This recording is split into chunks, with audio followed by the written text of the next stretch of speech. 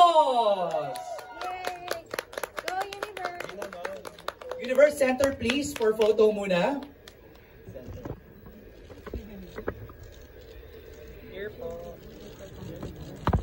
Thank you very much. Let's call in now Nick De Ocampo.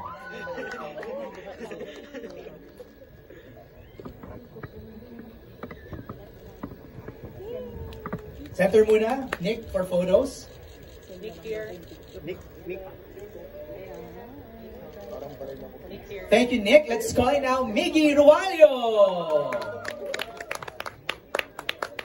Time out sa ano, ha? Sa social media duties, ha? Miggy, ha? Okay. Post muna for photos. Miggy to your left. To your right pala. Right. I love it. Thank you, Miggy. Let's call in Dre Sugay. Dre, center please for photos. Center first. Then look at your left. And right. Don't worry, we'll have more photo opportunities later. Thank you, Dre. Let's call in Binsoy Namoka.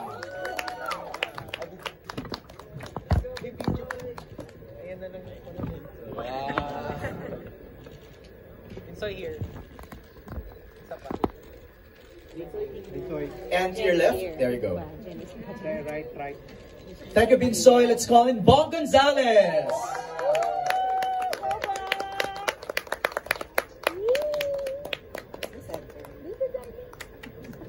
Center first. I love it. Here. Bong here. To your right. To your right. Right. Sanay na sanay. And to your left. Thank you, Bong. Let's call in Jude Hinungdong.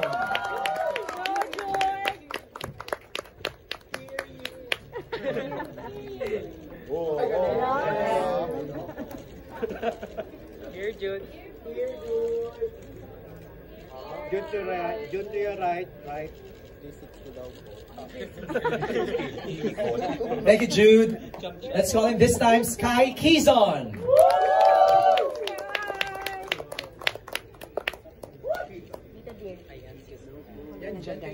Yes, ako na. Sky here. Oo, dapat. To your right. Thank you, Sky. Let's call in this time Lance Reblando.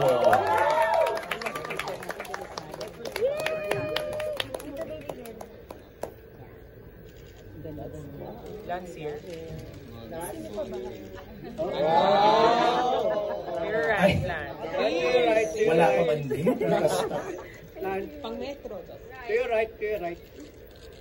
Thank you, Lance. Thank you. This time, let's call in Rain Selmar. Yay! Go, Rain! Dito, dear.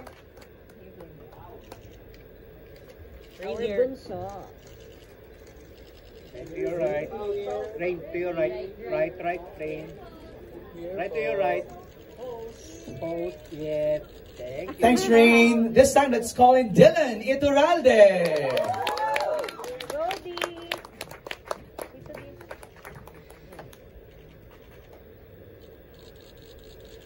Dito, dear. Dylan here. Dylan to your right. Dylan dito daw. Thanks, Dylan. Let's call in the captain, not of the ship, but the team. Direct Ivan, Andrew Payawal. Go, dear. Dito, dear. Na po. Sorry po. Dito po. To your right. Direct here. Direct to your right. To your right po. Thank you, Direct Ivan. This time, let's call in Sean Tristan.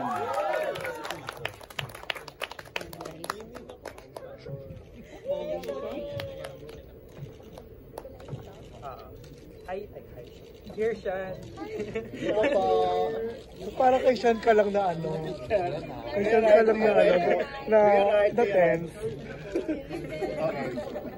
Thank you, Sean. Let's call in this time Rain Parani. Go, Sam.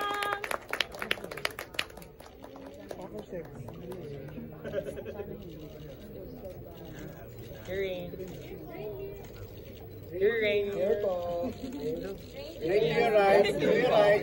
Right. Rain here. Rain. Right. Pose. Thank you, Rain. Now to complete our lineup for this afternoon, let's call in Emilio Daes.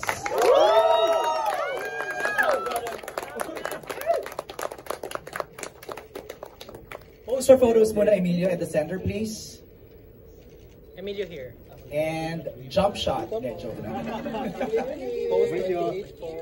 To your Emilio right. here. Emilio, to your right. Emilio here. Dito naman. Okay, we'll have more opportunities for photos later. Emilio, have a seat. Hello. Oh, may ganun pa ha. Have a seat. Good afternoon, everybody! Medyo mataas ang energy kasi it's a fun afternoon. Medyo si Dylan naninibago. Ang dami daw tao. Punong-puno tayo this afternoon. Sige po, pasok lang. Okay. Before we begin our Q&A, because all of us are very excited to ask you questions about what Love at First Spike is all about. May mga clues na from the title itself. And we've seen the trailer. But we'll have more questions later. Bati muna tayo. Let's start with Nick. Pag ganon. Nick, bati ka muna please to everybody. Use the microphone. There. Hello? Yes, we can hear you. Hi guys, I'm Nick Del Campo and I'm so glad to be here right now and it's so nice to see everybody come and support Love at First Spike. Thanks, Nick. Miggy. Magandang hapon everyone. Thank you so much for coming. My name is Miggy and please enjoy. Thanks, Miggy. Binsoy. Hey, Love Squad, yeah.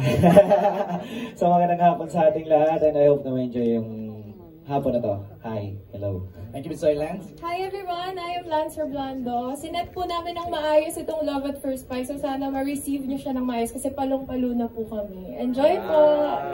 Jude. Hello, good afternoon po everyone. If you're happy and you know it, say hello! Hello! Ganda. Hello po. Good afternoon po sa inyo lahat. I'm Bong Gonzalez, mga press. Thank you so much for coming. Such an honor and a responsibility. Hi everyone, I'm Universe. Thanks for coming and I hope you guys enjoy. What's up guys, I'm Dre and thank you for coming out to MediaCon on Love at First Spike and hope you guys enjoy. Welcome to the world of Brixton. Let's go to Sky first. Bright Sky everyone, good afternoon po. Thank you to our media friends who are here and also to our kapamilyas who are watching sa live stream natin. I hope you guys are ready because Love at First Spike will be spiking tonight and June 20 po, 8 p.m. Dylan. Hello mga kapamilya, hello sa lahat ng press na dumayo po dito. Maraming salamat po sa suporta nyo and I hope na mag-enjoy tayo lahat. Direct, Ivan. Hey! Good afternoon and thank you so much for being here with us. This project is very special to me, to everyone here na kaharap ninyo. So maraming salamat po na nandito po kayo. Thank you. Rain? Hello po everyone, I'm Rain Somar po. And thank you all po for coming and supporting Love at First Spike kasi it's amazing and you will watch it and you will see it's amazing talaga. So thank you so much. Thank you po. To another homonym. You know that word, right? Homonyms. Sounds like Rain and Rain. Rain, go ahead. Hello po, I'm the other Rain. Your fellow ally para Salcedo. My name is Rain Parani. Maraming salamat po for the press to be here. Maraming salamat po. I know everything that you've been going through. Thank you so much for being here. And what have been we going through? Ano ba pinagdadaanan namin, Rain? my course is similar to them, so I know the struggle. Ayun po, maraming salamat po for being here and sharing our stories to everybody else. Mass communications, Rain. Sean? Hello po mga kapamilya, ako po si Sean Tristan. This project is really special, so thank you po sa inyong lahat for coming. And yeah, let's all have a good time today. Emilio. Mga kapamilya, mga kaibigan natin sa press, maraming salamat po sa pagpunta niyo dito. Sana po magustuhan niyo yung Love at First Spike, pinag-irapan po namin to. And it's nice to see everyone. Thanks, Emilio. Okay, ilatag muna natin. No? Now that you've greeted everybody, ilatag natin what is this all about. Maybe Ash, you're the writer. You can share something. Tayo ka na lang siguro, no? Para in a nutshell, without spoiling everything, what is Love at First Spike all about? It's about Uno and yung journey niya para mahanap yung sarili niya sa Kasi nalagay siya sa isang sitwasyon na hindi siya comfortable, and then ayun, yun lang muna. Uno is Emilia, right? Yes. Okay, pero why volleyball? Ay, si Direk Ivan na po yung Okay, sasagot. sige. Direk Ivan, ikaw na ang sumagot nun. Bakit sa dinami-dami ng sport? Bakit hindi basketball or football or fencing? Pero bakit volleyball? Well, like as I mentioned kanina, it's special to me. It's very personal kasi this is like my parang ode to my 12-year-old self nung ako nag-volleyball. Got it. And then lately, nagkaroon ng parang craze sa volleyball. You know, nag-start na mag-roll ball yung effect ng volleyball na sport. Eh, nung time ko kasi hindi pa siya masyadong pinapansin. And it's mostly an escape or parang a refuge for queer children or kids like me when I was growing up. When everybody was kind of alienating the queer kids, volleyball yung puntahan talaga nila. So ito yung, kung bakit volleyball, ito yun. Wow, I somewhat agree. Doon sa sinabi ni Direk Ivan, no?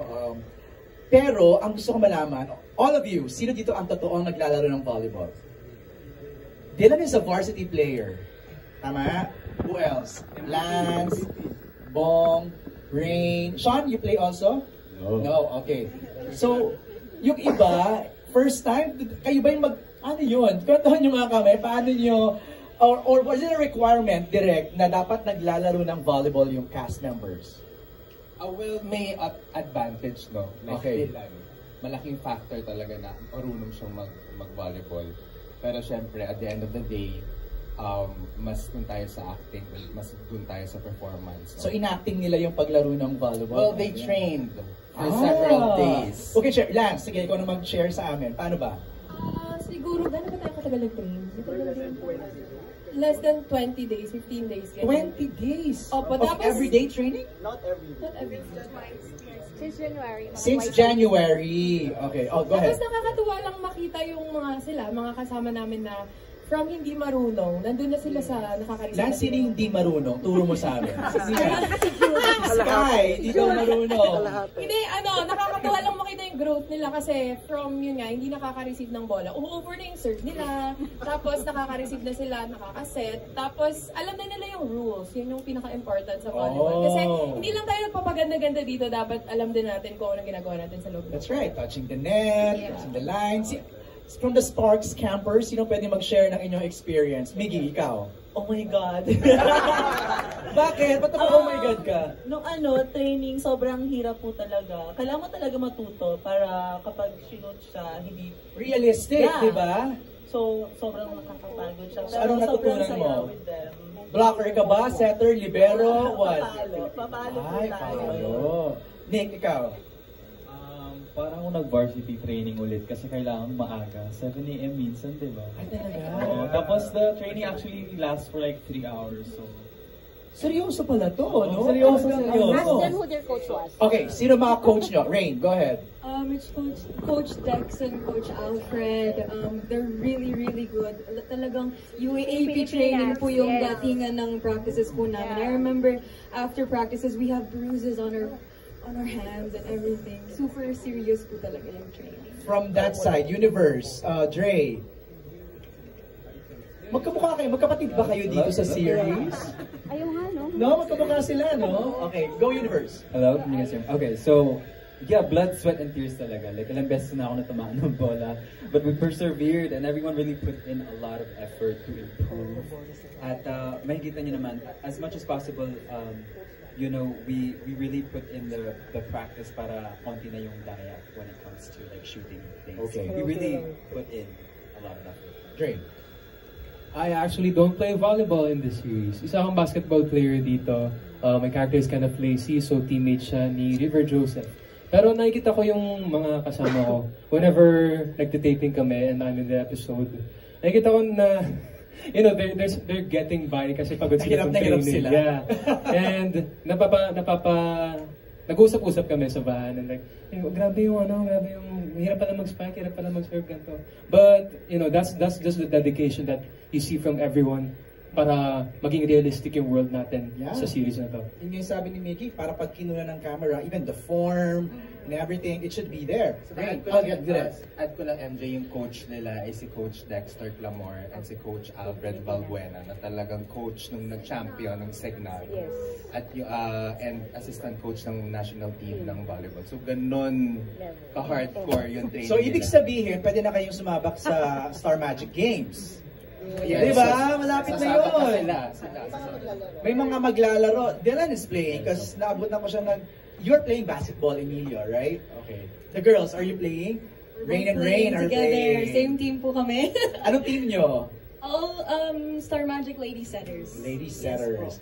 Okay, so basketball ka, Emilio. Paano ka nag-volleyball? Volleyball ka ba dito o basketball player? Well, I started off as a basketball player. Okay. And then makita niyo kung bakit ako mapupunta sa volleyball. Okay. So, yeah, it was a very good transition. I'm very active, so it's innate in me to play sports. I'm very competitive, alam niyo yan. So, talagang hindi kami nagpatalo. And of course, I'd like to thank our coaches again, and of course the prod for setting us up with such good trainings. And makita niyo talaga na ginalingan talaga namin sa lahat ng mga sports scenes namin. So hopefully, the volleyball community would appreciate that because we put in a lot of hard work and dedication into it. Mamaya, makita natin yan sa tight cut screening, no? Sean, ikaw, paano paano training mo rin dito? Yes, si Jared po yung captain and siya yung setter ng team. Ikaw pa ang captain? Yes. Okay. Yeah, and then I'm the setter, so most of my trainings are setting. Si Coach Dex is actually, I think he's a setter, diba? Coach Dex is a setter, so tinututukan niya po talaga ako when it comes to setting. Kasi ang hirap mag-set. But I came from like zero talaga knowledge of like playing. To? 1 to 100. Ano ka na ngayon? 0 to 70. Wow!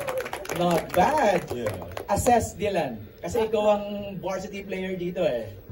As a setter din po, personally. Kasi si Sean, medyo kumbaga nape-pressure pa nagte-training ganyan. So gusto niya magawa niya agad ng tama. Which is na-understand ko naman kasi syempre bilang si Jared, yung character niya, it requires talaga excellence in playing and setting. Pero over time naman nakukuha niya, nag-e-enjoy na siya. Ayun yung mas importante kasi at the end of the day, volleyball is still a game. So kailangan mo siya enjoy. So ayun, magaling. Alright, let's get into the questions, but let me just acknowledge the head of iWant and Integrated Digital Sales, Jolly Estaris is here. Sir Jolly. Hello po. Salamat po. And of course, the head of Content and Partnership ng iWant, Jane Chua. I'm Jane. Hello po. Abangan nila yung mga sagot nyo. Okay, let's start. Nika, ikaw na yung... So, you wanna ask your question? Ako na lang? Ikaw? Okay. Si Nika from Push, ang question is for Emilio, Rain, and Sean. How was it working on your first series, and what are the things that you learned and discovered about yourself as artists, as actors? Working with the cast. Because this is not your first series. Yes. Diba? Meron naman in the past. Yes. Pero I think what I learned from this series is how trust really matters. Like I really needed to trust my director, my co-actors, and especially myself. And siguro something that I discovered po is how brave I actually am, especially in being part of stories that really matter to a lot of people. Okay. Rain. Ako naman, this is my first lead role in a series. After almost a decade po in the industry, I've waited so long, honestly. It's really, really big for me po talaga. It means so much, lalo na po na I really played volleyball before since elementary. Now that I'm here, what I've learned is how to be a responsible ally. It's much more than learning what other people want to be called or the definition of being an ally or the LGBTQI+ community. There's so much more po. I've been in the beauty pageant industry where all of them are there to give colors to whatever we do in our job. And I just want to give this to them. totoong masaya po talaga pag may bakla, and I love them so much. I hope that we could represent all of you, and that you could find this series as a comfort. And I've learned so much with discipline. I do know how to play volleyball, but that doesn't mean my body is fully conditioned for it. So that was also one of my learnings. I really got to be with my body more along with my mind. Beauty queen of beauty queens mo. Trained na trained eh. Diba? Well, this is a dream come true for me because this is my first lead role ever, and you know, I've always dreamt of being a leading man here at ABS-CBN in the industry. So I'm very happy and thankful and humbled to be given this opportunity. And you know, I know the amount of dedication and hard work that it takes to lead a series. So that's something that I've learned, and dala-dala ko yan sa mga susunod na projects. Ang next question ni Nika is for, wala si Mariel. So, maybe yung next question is, marking the series as first for most of the cast, what are the most challenging, difficult thing you experienced and how did you manage it? Maybe anybody, sinong gusto sumagot? Lalo yung mga first-timers. Bong, is this your first? No, hindi eh, di ba? Series po, first series. First, ano yung pinaka-challenging na part? Aside from the learning the volleyball. I think for me, yung character ko mismo. What is your character ba? Character ko po kasi si Hans Mendehar, ano po siya, mainhin po siya magsalita. Mainhin ka naman! I mean, kasi yung, parang yung experience niya po kasi, yun po yung dinala ko sa series na for me, nahihirapan ako. Pero, nag-guide naman po ako ni Direct ng buong cast. And ayun po, sa character po ako na-challenge, pero at the same time, grateful naman po ako na nagagabayan po sa role ko. Kanina kasi Rain mentioned about LGBT, no? Na part, baka may mga nalilito tayong viewers na, bakit may LGBT? So maybe you can describe your characters, no? Emilio, briefly may nasabi na si Ash about you, but maybe you can expand further your character. So Uno Santillan is an academic scholar at Brixton.